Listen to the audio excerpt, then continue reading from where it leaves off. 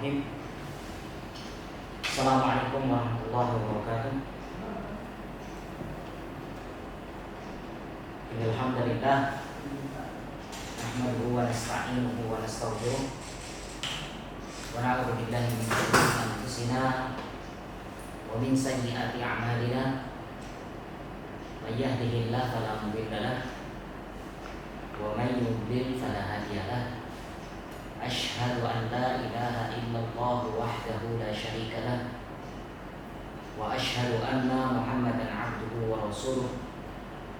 Allahumma shalli ala Muhammadin wa ala alihi wa ashabihi wa man sara ala nahjihi wa ihtada bihadihi ila yaumiddin. Ya ayyuhalladzina amanu taqullaha haqqa tuqatih wa la tamutunna illa wa antum muslimun.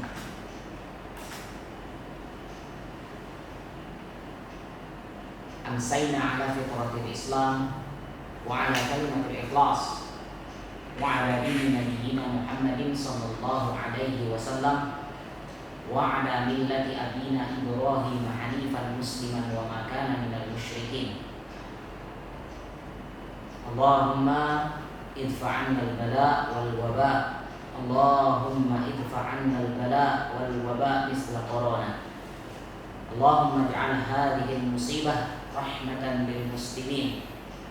Allahumma ij'al hadhihi al-musibah maghfiratan lil mu'minin.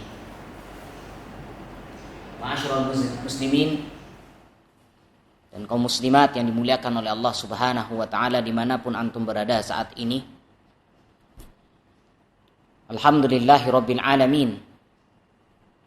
Dengan izin Allah Ta'ala, saat ini kita dapat berjumpa kembali dalam majelis kita ini, yang mana kita semua mengharapkan dalam majelis ini terdapat rahmat, terdapat kasih sayang, terdapat barokahnya dari Allah Subhanahu wa Ta'ala. Ini yang kita harapkan pada pertemuan kita ini. Dan mudah-mudahan kita adalah orang-orang yang senantiasa selalu di bawah naungan ampunan Allah Subhanahu wa Ta'ala. Dan kita berharap, kita berdoa kepada Allah, mudah-mudahan Allah ambil nyawa kita dalam keadaan husnul khatimah. Amin ya rabbal alamin. Yang kedua, salawat ma'assalam selalu kita haturkan kepada manusia terbaik, suri tauladan kita, contoh terbaik bagi kita semuanya. Dia adalah Rasulullah Muhammad sallallahu alaihi wasallam beserta para keluarganya, para sahabatnya, dan para pengikutnya hingga akhir zaman. Jamaah sekalian, dimanapun antum berada saat ini, insyaallah pada kali ini kita akan melanjutkan kajian kitab yaitu tentang kitab Al-Aqidah atau Tauhid, yaitu Al-Kitab Al-Qaulul Mufid ala Syarhi Kitabit Tauhid, yang mana kita saat ini insyaallah masih pada pembahasan tentang masalah khauf. Jamaah sekalian, kaum muslimin dan muslimat dimanapun antum berada, insyaallah pada hari ini, ya, pada bab khauf ini kita membahas tentang masalah ayat, yaitu tentang ayat surat At-Taubah ayat 18. Allah Ta'ala berfirman di sini, Innama, a'udzubillahi minasyaitonirrajim, Innama ya'muru masajidallahi man amana billahi wal yaumil akhir wa aqamas salah wa ataz zakah wa lam yakhsha illallah fa'asa ulaika ayyakunu minal muhtadin. Jika kita lihat arti atau makna secara umum dari ayat ini, bahwasannya Allah Ta'ala mengatakan sesungguhnya yang memakmurkan masjid-masjid Allah itu adalah orang yang beriman kepada Allah dan hari akhir. Dan dia mendirikan sholat, memberikan zakat, dan dia tidaklah takut kecuali hanya kepada Allah Subhanahu wa ta'ala. Maka semoga merekalah orang-orang yang selalu mendapatkan petunjuk. Jamaah sekalian yang dimuliakan oleh Allah Subhanahu wa ta'ala. Jadi ayat ini bercerita bagaimana Allah Subhanahu wa ta'ala menjelaskan tentang masalah pemakmuran masjid. Ya. Siapa yang dikatakan orang yang dikatakan sebagai orang yang memakmurkan masjid itu seperti apa? Apakah orang yang mungkin berada kehidupannya senantiasa berada di masjid, hidup di masjid? Atau mungkin orang yang melaksanakan sholat wajib? Apakah mungkin juga bisa dikatakan orang yang mendirikan bangunan, membuat bangunan masjid di mana-mana dan sebagainya? Siapa orang-orang yang dikatakan sebagai orang yang memakmurkan masjid? Baik jamaah sekalian yang dimuliakan oleh Allah Subhanahu wa ta'ala. Di sini bahwasanya di dalam ayat ini Allah mulai dengan innama. Innama yaitu bermakna adatu hasrin. Ya, yaitu sebuah kata ya, yang mana kata ini adalah menunjukkan hasr. Ya, menunjukkan pembatasan. Ya, seakan-akan bahwasanya yang dikatakan memakmurkan masjid hanya, seakan-akan begitu. Jadi dibatasi di sini. Ya, wal murad bil imarah al-ma'nawiyah. Memang secara kalau lihat yang dimaksud dengan imarah di sini, imarah ya, bahasa Al-Quran dikatakan imarah. Imaratun. Amara ya'muru, yang artinya memakmurkan, meramaikan bahasa kita. Ya, maka kita di Bali ini kan ada namanya Baitul Ma'mur. Ya. Masya Allah, yang kita tahu masjidnya Masya Allah betul-betul makmur gitu ya. Nah, ini lihat sekarang bahwasanya innama ya'muru, yang dimaksud dengan bil imarah al-imarah al-ma'nawiyah, yaitu imarahnya, pemakmurannya secara maknawi atau abstrak. Wa hiya imaratuha bis shalah, yang mana yang dimaksud dengan imarah di sini ya, kalau kita lihat ayat ini ya, jadi imaratuha bis shalah, dia pemakmurannya bisa dengan salat. Ya. Pemakmurannya juga bisa dengan zikir. Pemakmurannya juga bisa dengan membaca Al-Quran, tilawah, dan sebagainya. Ya. Inilah sebenarnya makna hakikat dari kata imarah, pemakmuran. Jadi pemakmuran masjid ya, sebenarnya adalah yang dimaksud dengan memakmurkan masjid, yaitu bagaimana masjid itu diisi dengan sholat, diisi dengan berzikir kepada Allah, diisi dengan tilawah dan sebagainya. Kegiatan kemaslahatan kaum muslimin. Itu termasuk yang namanya imarah, yaitu memakmurkan. Wa kadzalikal hissiyah bil bina al hissi. Namun juga ya, bahwasannya secara tadi abstraknya, maknawi, sekarang ada hissiyahnya, indrawi, artinya bisa dilihat, bisa dirasa, bisa dipegang, bisa didengar. Itu namanya hissiyah. Apa itu bil bina'il hissi? Yaitu mungkin yang dikatakan memakmurkan masjid juga bisa dimasukkan, yaitu orang-orang yang membangun masjid. Ya, namun secara umum yang dimaksud dengan makmur yaitu ya, diisi tempat tersebut atau dimakmurkan tempat tersebut dengan ibadah-ibadah kepada Allah Subhanahu wa taala. Fa inna imarataha bihi haqiqah. Maka sesungguhnya pemakmurannya secara hakikat la takunu illa mimman dzakarahullah. Bahwasannya pemakmuran secara hakikat tadi ini bahwasanya tidak mungkin bisa dilakukan kecuali yang sudah disebutkan oleh Allah Subhanahu wa taala. Ya.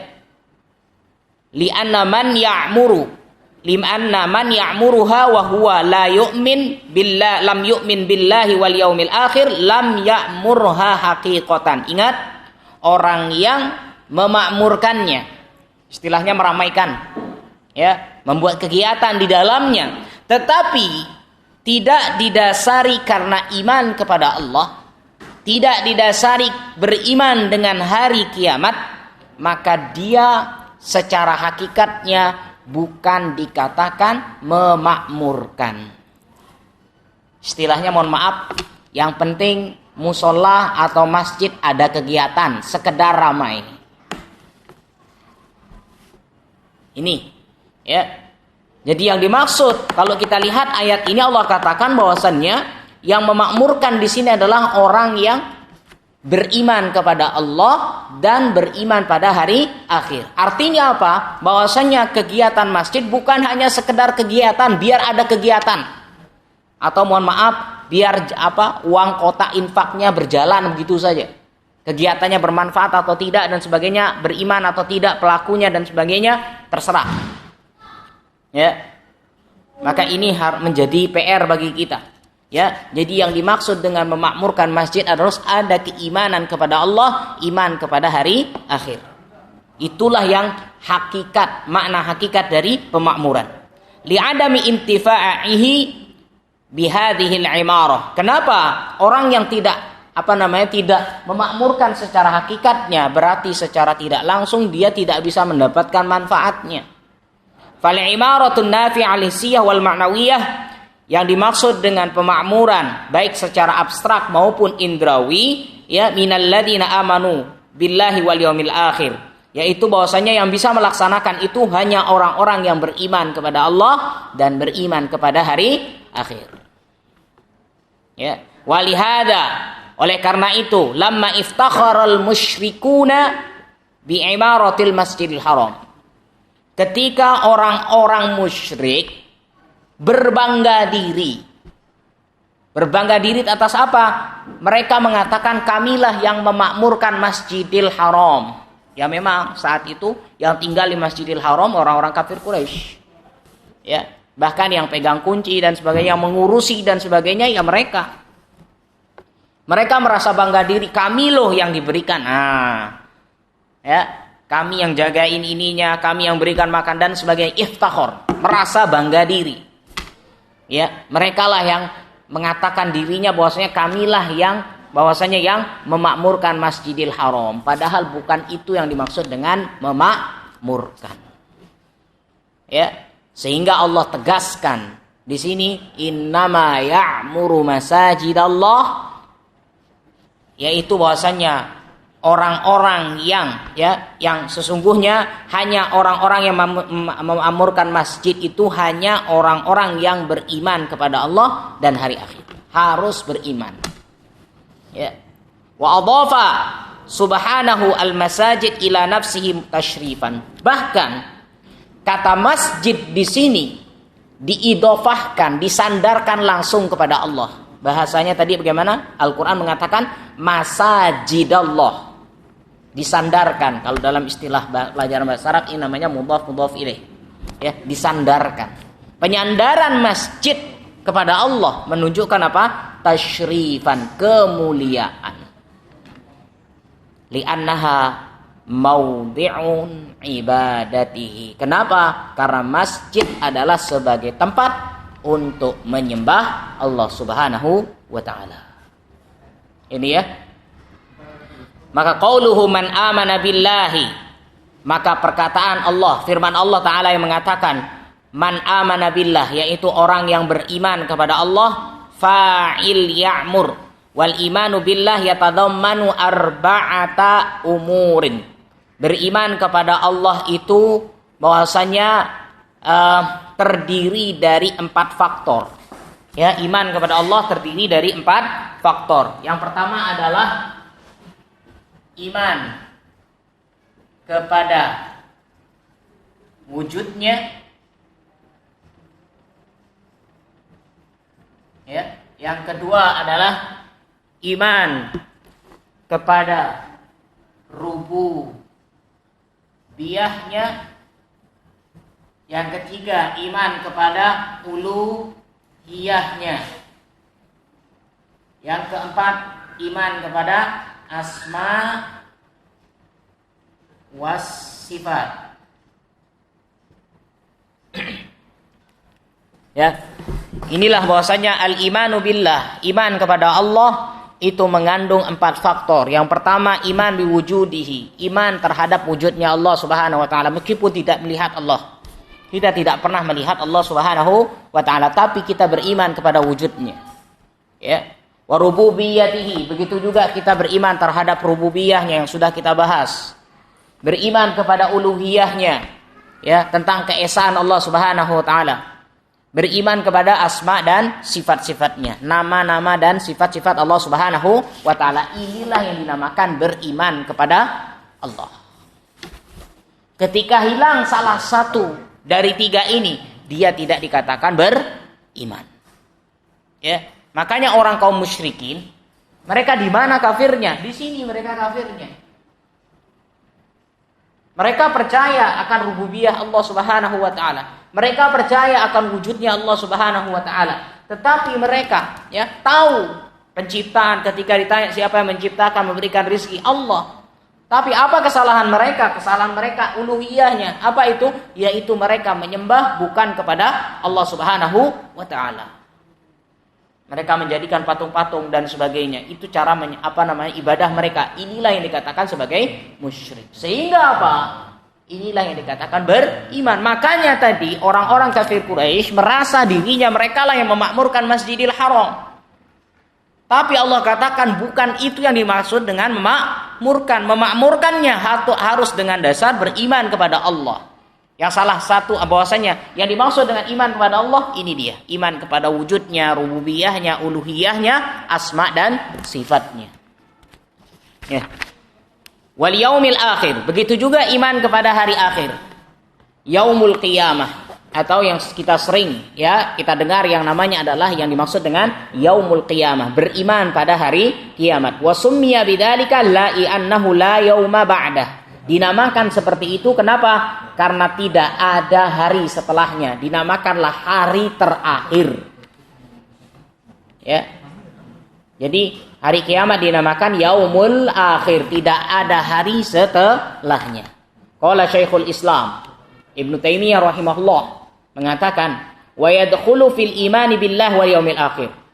Dan yang termasuk beriman kepada Allah dan hari akhir kullu ma akhbara bihi Nabi sallallahu alaihi wasallam. Ya, yang dimaksud dengan iman kepada Allah dan hari akhir segala sesuatu yang dikabarkan oleh sallallahu alaihi wasallam mimma yakunu ba'dal maut. Ya, yaitu apa yang akan terjadi setelah kematian. Mislu fitnatil qabri, seperti fitnah kubur. Wa adzabihi, dan azabnya, wa na'imihi, dan nikmat-nikmatnya.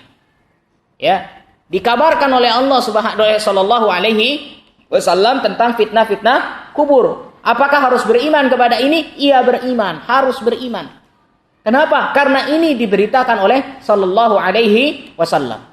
Lianna haqiqatal amri annal insan idza mata, karena sesungguhnya hakikat segala sesuatu ketika manusia itu idza mata, ketika dia sudah mati, qamat qiyamatuhu. Artinya apa? Telah terjadi kiamat bagi dia.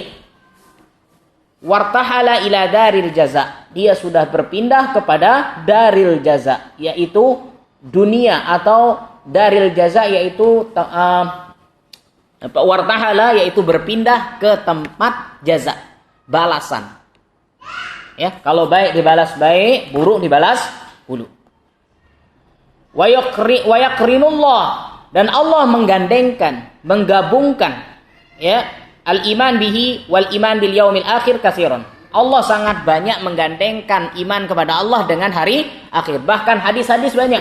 Man kana yu'minu billahi wal yaumil akhir falyukrim jarahu. Man kana yu'minu billahi wal yaumil akhir falyaqul khairan aw liyasmut. Banyak. Ya, banyak sallallahu alaihi wasallam menyampaikan Allah gandengkan iman bahwasanya Rasul gandengkan antara iman kepada Allah dengan hari akhir. Li'annal iman bil yaumil akhir, kenapa? Karena iman kepada hari akhir yahmilul insan ilal imtisal. membawa manusia untuk melaksanakan yang namanya ketaatan kalau dia beriman pada hari akhir. Yaitu yang sebagaimana sudah kita katakan, hari akhir adalah hari pembalasan. Yang baik dibalas baik, yang buruk dibalas buruk. Sehingga orang bakal paham, oh kalau saya melakukan ini nanti di hari kiamat saya akan dibeginikan. Ya.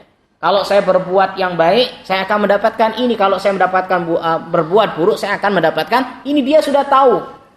Ya, dinamakanlah hari kiamat. Fa innahu idza amana, jika dia beriman, annahunaka bi'san wa jazaan, bahwasanya nanti akan ada hari kebangkitan dan hari pembalasan. Segala sesuatu akan dibalas oleh Allah Subhanahu wa taala. Hamalahu dzalika 'alal 'amal lidzalikal yaum. Dia akan beramal untuk kehidupannya di hari tersebut. Ya, walakin man la yu'minu billahi wal yaumil akhir, akan tetapi orang yang tidak, walakin man la yu'minu billahi bil yaumil akhir, tetapi orang yang tidak beriman kepada hari akhir, la ya'mal. Dia tidak mungkin beramal. Ya. Id kaifa ya'malu li syai'in wa huwa la yu'min bih. Bagaimana dia melakukan sesuatu dengan sesuatu yang tidak dia imani. Ya. Kemudian Allah katakan yang dimaksud dengan bahwasanya ya beriman kepada Allah dan hari akhir yaitu orang-orang aqamas shalah. Dia mendirikan salat. Ata biha ala wajhin qawim. Yang mana mereka mendatangkan atau melaksanakan salat di sini dengan ala wajhin, dengan sifat yang qawim, yang artinya sesuai dengan syariatnya. Ya, la naqasofi, tidak menguranginya.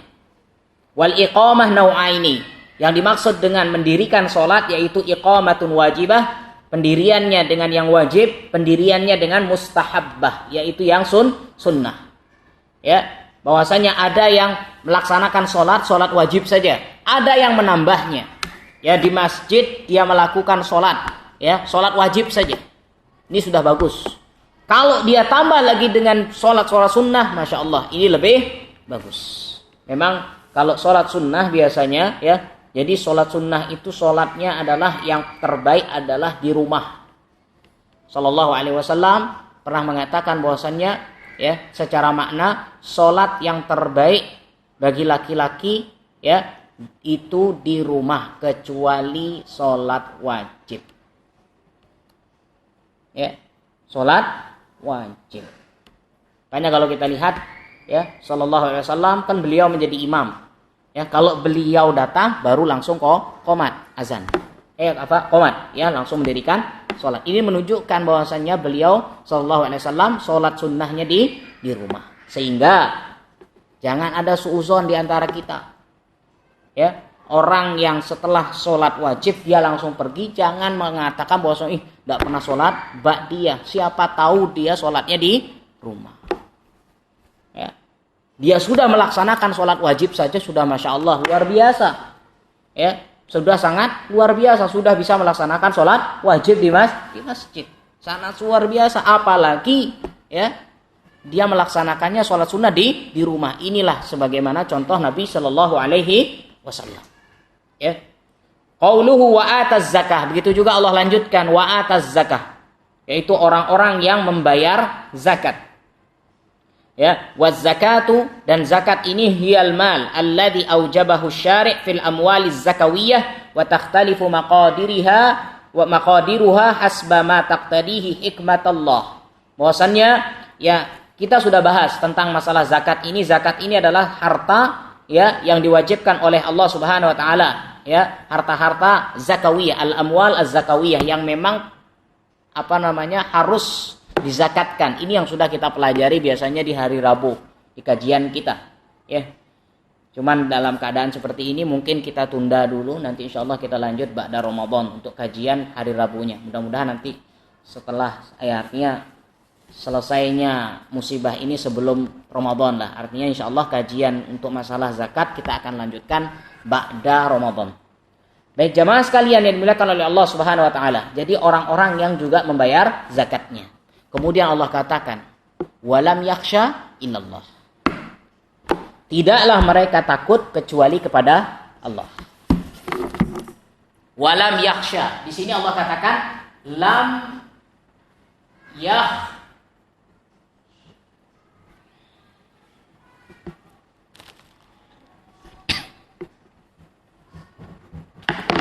walam yakhsha. Tidaklah mereka takut kepada siapapun. Ya, tidaklah dia takut kepada siapapun illallah, kecuali hanya kepada Allah. Fi hadhil ayah hasrun tariquhu al-isbat wan nafi. Di dalam ayat ini bahwasannya walam yakhsha illallah. Di dalam ayat ini yaitu pembatasan. Tariquhu, metodenya. Ya, peniadaan itu kan ada metodenya. Yang kalau kita belajar dalam istilah balaghah, peniadaan atau pembatasan itu bisa menggunakan yang ini, ya. Ya. Bisa yang tadi menggunakan kata-kata innama, bisa menggunakan kata-kata yaitu bahwasanya yang seharusnya dia berada di akhir kemudian dikedepankan. Itu bermakna pembatasan. Maka pembatasan di sini walam yakhsha illallah.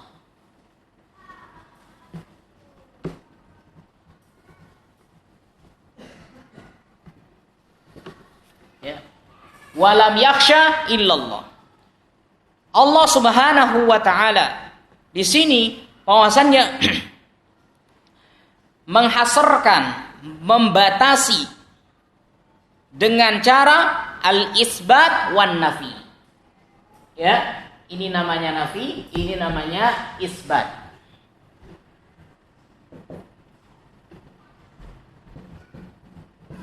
Ya. Ini namanya nafi, peniadaan, ini namanya isbat. Ketika disebutkan ada nafi, kemudian ada isbat, ini menunjukkan pembatasan. Dia tidak takut kepada siapapun kecuali hanya pada Allah. Walam yakhsha illallah. Ya. Maka lam yakhsha di sini adalah sebagai nafi, peniadaan, tidak ada yang dia takuti. Illallah yaitu sebagai isbat. Anna khasyatahu in hasarat fillah.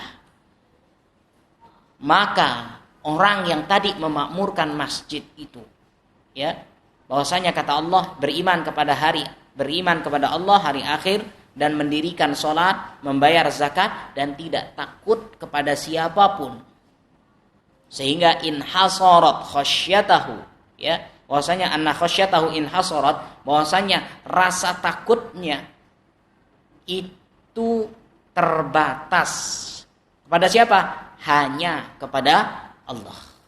Fala yakhsha ghairah. Dan dia tidaklah takut selain kepada Allah. Siapapun berani. Maksudnya di sini bukan istilahnya takut pengagungan dan sebagainya. Ya. Sehingga wal khasyah nau'un minal khauf. Baik, jemaah sekalian. Sehingga ya, khasyah, ya, kalau bahasa kita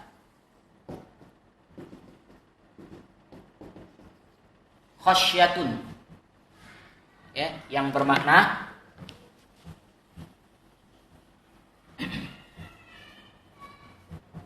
takut, sama maknanya dengan khaufun. Ya.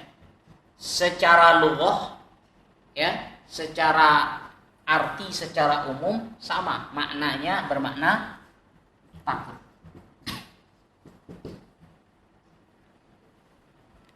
Sama. Cuman lakinnaha akhassu minhu. Tetapi kata khasyah di sini, ya, ini lebih khusus dan lebih dalam.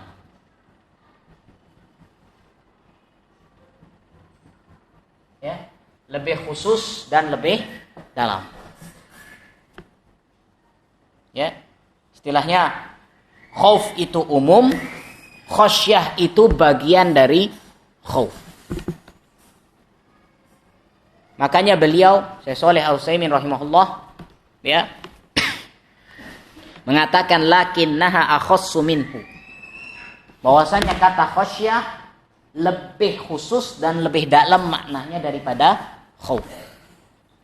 Wal farqu bainahuma, perbedaan di antara keduanya. Annal khasyah takunu ma'al ilmi bil makhsyi wa halih.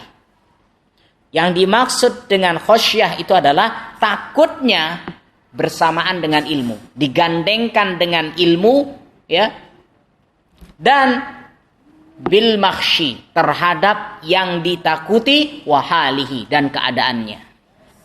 Sehingga liqaulihi ta'ala, sehingga innama yakhsyallaha min ibadihil ulama. Sifat khasyah ini tidak ada yang memilikinya kecuali ulama.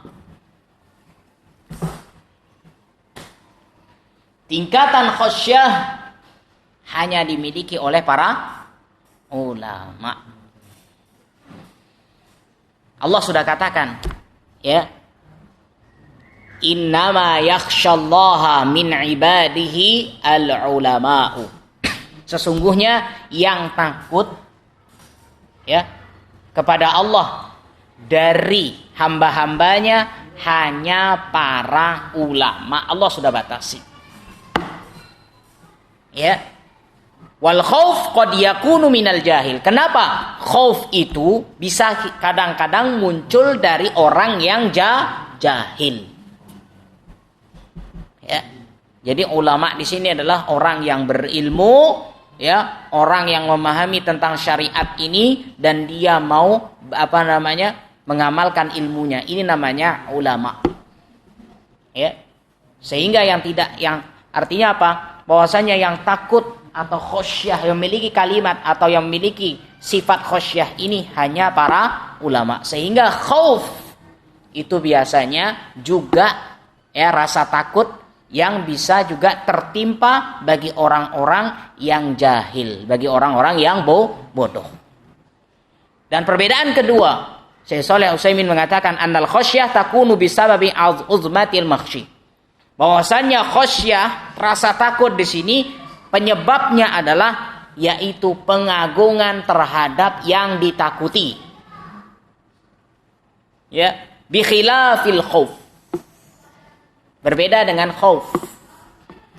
Ya, takut tapi takut yang biasa, tapi khosyah takutnya itu karena mengagungkan yang ditakuti. Faqad yakunu min dha'fil khaif la min quwwatil, ya, makhuf. Bahwasanya kadang-kadang, ya, khaif.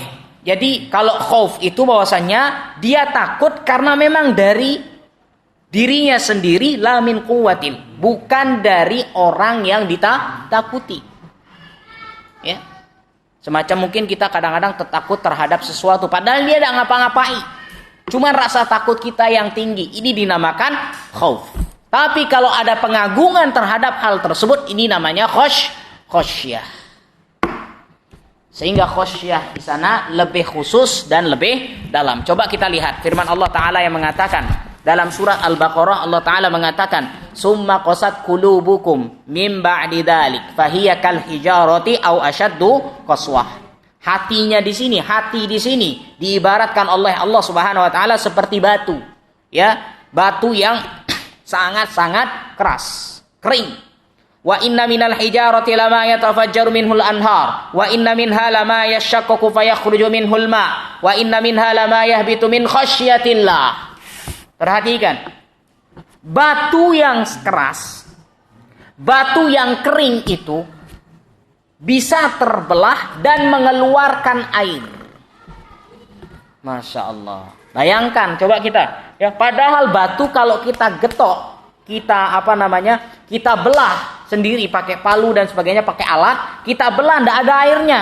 Tapi subhanallah, di dalam firman ini Allah katakan bahwasanya batu yang kering, yang keras bisa terbelah dan mengeluarkan air karena apa? Khosyah, karena rasa takutnya kepada Allah, pengagungan kepada Allah Subhanahu wa taala.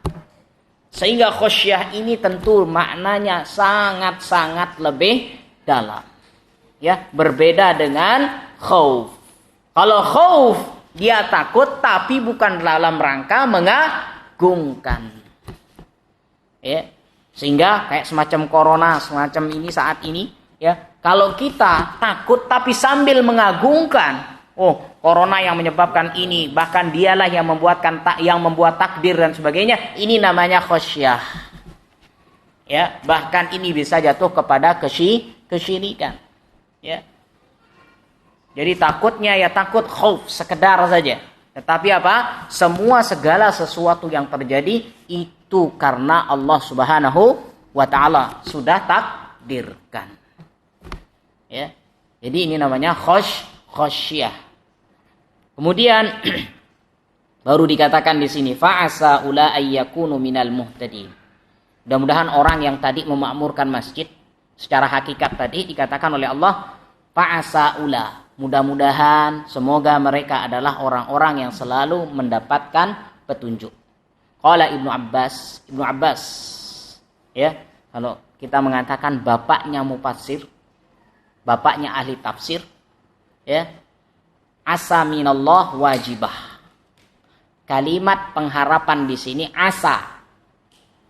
Asa ini sudah menjadi bahasa Indonesia. Ya, ada sedikit asa, ada sedikit harapan. Berasal dari kata bahasa Arab yang artinya asa ayyakuna asa.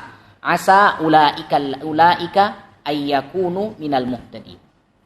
Yang artinya semoga, bahwasanya kalimat semoga dari Allah ini wajibah, pasti akan terjadi. Berbeda dengan manusia, ucapan manusia.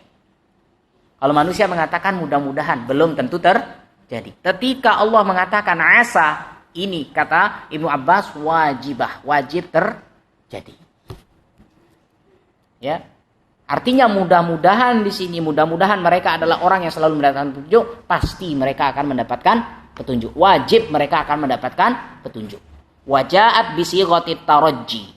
Datangnya ayat ini dengan bentuk sighat tarajji, pengharapan. Di alla ya'khudul insal al-ghurur bi annahu hasala ala hadzal wasf. Agar jangan sampai manusia itu tertipu. Ya, bi annahu hasala ala hadzal wasf. Mereka mendapatkan sifat ini.